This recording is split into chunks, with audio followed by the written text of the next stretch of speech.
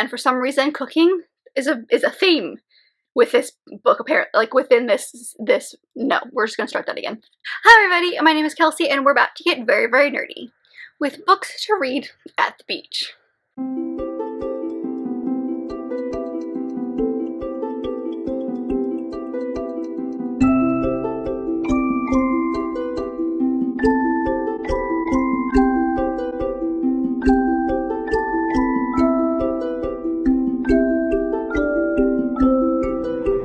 So with the official start to summer, according to calendar, only a couple of weeks away, I thought this might be a kind of good time to do some sort of like summer recommendation video. But I've done things like that in the past, and I thought let's narrow it down. Let's be very specific with this one. So these are all books I recommend if you are going on a vacation of any sort, but specifically to like a tropical, beachy sort of area. I know that I personally am taking a beach vacation this summer, and I am very excited about it. So these are all things that like I could see myself reading at the beach, and I was going for that summer tropical vibe. So feel free to read these if you're not going to the beach, just if you want that beachy feel, if you will. And these all just give off summer vibes. So I will just dive right on it, actually. Before I start, I do want to do kind of like a honorable mention, if you will, because there's one book that I feel like is just too appropriate not to put on this list, but I personally have not read it yet. I'm planning to when I'm at the beach, but I have not read it as of filming. So that is Beach Read by Emily Henry. I mean, it's in the name.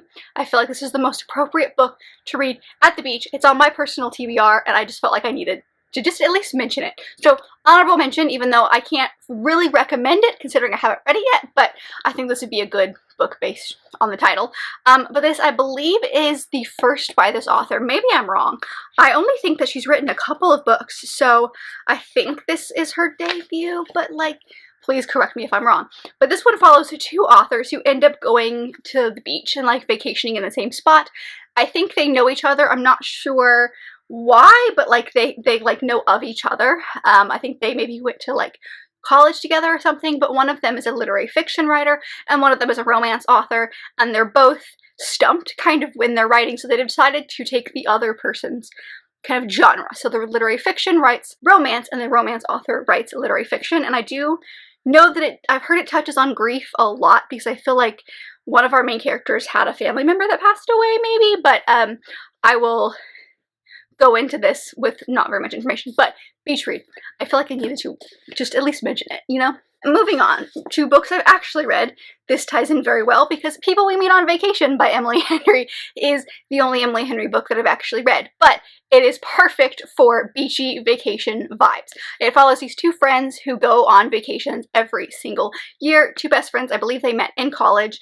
Their names are Poppy and Alex, and this book starts with them not having talked for a couple of years, and our main character Poppy is kind of a travel influencer, if you will. Like, I think she does write for like a magazine or something, but her whole thing is she's like an influencer online, and she just goes to different places, and because of that her friend would like tag along, and so she decides I don't remember exactly, but something like happens, and so she reaches out to him and they end up going on a vacation even though they haven't talked for a couple of years, and we learn about some things that have kind of like why they stopped talking and things like that. And it's this friendship, but it's a dual timeline, so it's the present as far as like them going on this vacation after not talking for 2 years, and then it's also like bits and pieces of the past vacations they've gone on. It just builds up this friendship very well. So some of them are very tropical, some of them are not so tropical, but like it all takes place during the summer, so summer vibes, and I personally adored this book, so highly recommend this one. The next one is another one that feels very obvious, and that is The Honeymooners by Christina Lauren. I know I recommend this all of the time as far as like a summer read, but it really does give off those amazing tropical vibes because it takes place in Maui, which is like the most tropical of all the places. So we follow our main character Olive, who twin sister, just got married, and her and the best man, who's actually the groom's brother, Ethan, do not get along. But at this wedding, they're the only two people who do not eat the food, and everyone else gets food poisoning except for the two of them. So they both basically get coerced by their respective sibling to go on the honeymoon that the siblings are supposed to go on, like the newlyweds are supposed to go on, but can't because, you know, food poisoning. So it's the two of them going on this honeymoon of sorts, trying to basically like pretending that they're married for the sake of like doing certain things. And I think this woman's future boss or current boss is there, and so they end up having to like create this whole thing. But it's the two of them in this like fake marriage of sorts, getting over the fact that they really despise each other and like why? What happened in the past? And this is, I think, the very first adult romance I read by Christina Lauren. I think I've read on Autobiography, that was the very first book by them, but I believe this was the second one I read. So the first adult book, and I adored it. I think it's amazing. Highly recommend for those tropical vibes and romance. So, I mean, it's so good. Please read it. So for my historical romance fans out there, this is one that I think would be a very good book, and that is Gentle Rogue by Joanna Lindsey. So this one is the third in the Mallory series, but in like the beginning, like the first few of the Mallory series is pretty much, you can kind of read whatever. You don't really have to read them in any order, except for once you get later on in like book 7, 8, we're now at the like main characters, kids, and so like who's related to who gets a little confusing, but in the beginning it's not too bad. So this one follows James Mallory, who is an ex-pirate, and he ends up going, basically he's trying to go to Jamaica because that's where his, like he's gone from pirate to like privateer, maybe? I don't even know what the right way is, but like he's got some trading and stuff that he does now, and so he's going to check on that.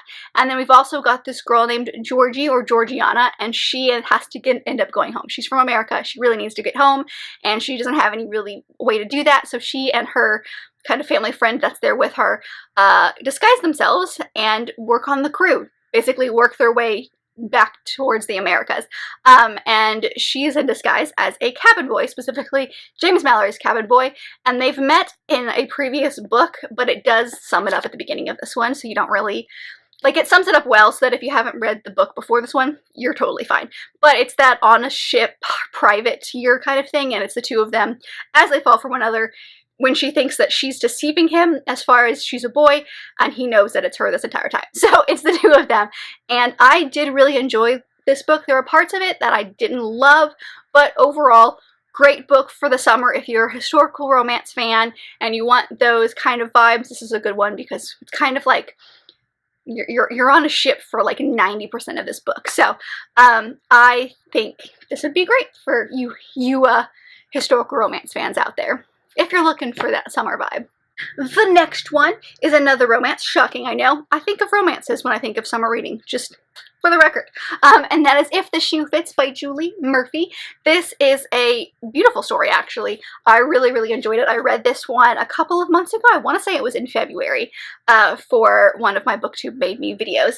But this one basically is a modernized Cinderella retelling of sorts, but with like a bachelor style dating show. So we follow our main character Cindy has come back home to, I believe her mother lives in like California, or sorry, her stepmother lives in California. And she really, really wants to get started in like the shoe business. And so her stepmother is the producer on this bachelor style dating show, and they have a spot that opens up, and she basically ends up going on the show. She is the first plus-sized person on the show, and she's like, this is great. I won't even like, obviously I'm not going to make it to the end, but it'll get my name out there, and maybe I'll get like a really good job from this. And so it's her experience on this dating show, and then her relationship with the guy who I can't remember his name off the top of my head. But it's the two of them, and I think it's very, very cute. It's not the most amazing romance I've ever read in my entire life, but I loved the plus size representation. I loved it on a bachelor style show. I loved it in a romance. I just loved everything about it. And like usually when you see books like this, you see them being like obsessed with fashion in general, which she is, but she's primarily focused on like her shoes. And I think that's so cool. So I'm very excited to continue with this kind of like companion series, which is all based on some sort of like Cinderella, not Cinderella, but like fairy tale. This one's specifically Cinderella. The second one is Beauty and the Beast. But this one is definitely that summer vibe, especially because like It takes place in California, which is 90% of the time super warm, and at some points they do go to like an island in this book, and I think it's so good. The next one, I mean, is my favorite, one of my favorite romances of all time. Honestly, if you want a book that's funny, this is your book. And that is Heidi's Guide to Four-Letter Words, and this is by Tara Civic and Andy Arnst. This is a book that if you can find the audiobook of, which I found on Audible, I'm not sure if it's an Audible exclusive, but if you can find it, I highly, highly recommend it. So this one follows our main character, Heidi, obviously, and she has been, I believe, a teacher for a very, very long time, and she gets let go because they had to make some budget cuts, and she was just one of the teachers that ended up going, and so she's like, I don't know what to do with my life now.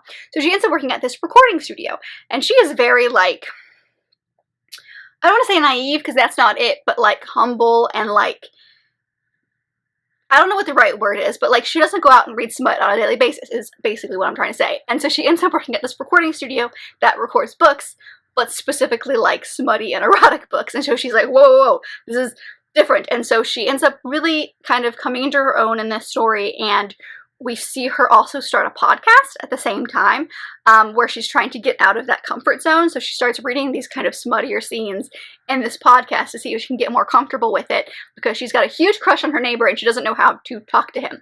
So I think this is fantastic because it goes back and forth between just like your normal narration, like novel style chapters, and then the actual podcast episodes.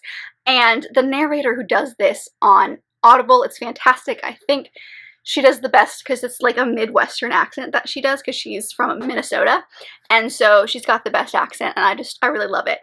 Plus it's hilarious. Like, I don't know if you can see, but like I've tabbed a lot. They're really, so yellow is funny. I tab funny moments, and they're really hard to see, but there's a lot of them in this book, and I laughed out loud at multiple points in this book. And it's just a fun, cute little romance that does get steamy later on in the story, but like still has that humor to it. So like, I really love it. I believe it takes place during the summer, but like it's so good. It's just so good. Like, if you haven't picked this up or read it yet, please do yourself a favor and do it, because you will thank me. Next one is for the Jane Austen fans out there, and that is Recipe for Persuasion by Sonolia Dev. I would say that the entire Rajay series is good for the summer as well, but I liked this one the best, which is why it's the one I'm recommending. But it's a series that follows the Rajay family, and in each one it follows someone in the family, whether it's a sibling or a cousin, and this one specifically it's a cousin, and their respective romances, which are all very loosely based on a Jane Austen story. And this is a good romance for people who are not like a huge fans of the smut. Now don't get me wrong, they do have some of those scenes in it, but it's very, very tame compared to like Katie Robert, for example. But like, this is perfect for people who are not big smut people but love all the romance. And every single book tackles some sort of issue. Most of them are social, but some of them are more personalized. Like, this one is a lot to do with trauma, and so trigger warnings for trauma and like suicide and talk of suicide and things like that, because that's a big chunk of the entire book. But this one specifically follows our main character Ashna, who is a chef, and her little kind of, I think it's an Indian style diner cafe, is kind of struggling, and so she ends up going on this show where they pair an actual chef with a star, and it's like a cooking, competition type show, and she ends up getting paired with Rico, who is I believe a hockey star, if I'm correct. No, soccer star. Sorry, soccer star. But they also used to date in high school, so it's like a second chance romance for them, and it's the two of them dealing with everything. But it takes a lot of place, like, in this competition and in the kitchen. But I personally adored their story the most, and I think if you are someone who likes that, this will be great. It does take place, I believe, mostly in like warm weather, but it's just these second chance romance between these two characters, and seriously, I just want to reread it. It was so good. So yes, I highly recommend that one as well. Another good one that I don't actually own is With the Fire on High by Elizabeth Acevedo. I've loved everything I've read by this author. I've read, I think, everything that she's come out with. This author is known for writing very poetically, most of her books are in verse. Now this is the one that's not, is actually in like a novel form, but her writing is still that very beautiful poetic style. So if you liked her other books, this is definitely one to give a try to. But I believe we follow our main character, Amoni, who's a teen mom. So she's in high school. I believe it's her senior year. Maybe I made that up. And so she's dealing with, you know, just normal high school things, but also being a mom. And so we follow her, and she is obsessed with cooking. She loves cooking. And she ends up, I believe, taking this cooking class that will go to the Dominican Republic. And so, like, as part of this class. So it's her cooking and, like, going to the Dominican, which is a very kind of warm, tropical place. But it's this beautiful, you know, story of her and her growing into her own and what, you know, she wants from life and, you know, almost coming of age, kind of that feel to it, but I really enjoyed it, and it has that tropical kind of traveling aspect to it, which is really nice. But if you love, like, very poetic writing, there's something in my eye. But if you like that very kind of poetic writing style, then you'll definitely like this book. Another great one is for the YA romance fans out there. This is one that I literally devoured in, I think, an entire day. Like, I sat down, I had the ebook from my library, and I sat down and I read it in a day. Like, I don't even think I had an audiobook to help me out. I think I just read it in a day, and I thought it was so great. And that is When Dimple Met Rishi, and this is by Sandaya Menon. This is the first in her kind of Dimple-verse series of, like, there's 3 books, I believe, in this series of people who, like, all kind of know each other. But this one follows Dimple, who wants to be kind of like a coder or like an engineer, not an engineer, but like she wants to create this app. And there's this school, like, during the summer, there's this, like, summer camp at a college nearby that she has gotten into, and she's going, and her parents are very obsessed with her, you know, getting married one day, and she's like, y'all, I'm in high school. And so she really is like, no.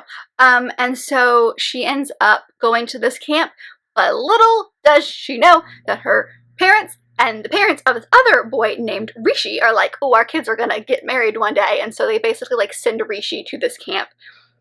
And she doesn't know who's going to be there, but he does, and so their introduction is very entertaining. But it's them at this camp kind of coming into their own, falling for one another, even though they're like, she's like so against arranged matches and stuff. But I think it's super cute. It's nice to see, you know, this look at STEM that you don't see a whole lot. I mean, I think it's significantly becoming more and more common in books, but at the time that I read this, which was a few years ago, I didn't see much of that. And also just seeing these kids kind of, like, figure out what this young love is and, like, what sex is for the first time, and just, like, those fumbling, awkward teen things that happen to you. And I think that this was very good at doing that, and also just a great fun time. I mean, seriously, super cute. I tabbed, like, this was the first book I ever, like, outright tabbed, and as you can see, I tabbed the crap out of it. So this book got me into tabbing, and it's so worth it. And the very last book is also one that's kind of like the Elizabeth Acevedo book with, like, traveling, also coming of age, things like that, and that is Dear Haiti, Love Elaine, and this is by Maika and Maritza Mulich, who is a sister duo that writes together. And this one follows our main character, Elaine. Obviously, I looked at the back, but the name's literally in the title, so we follow Elaine.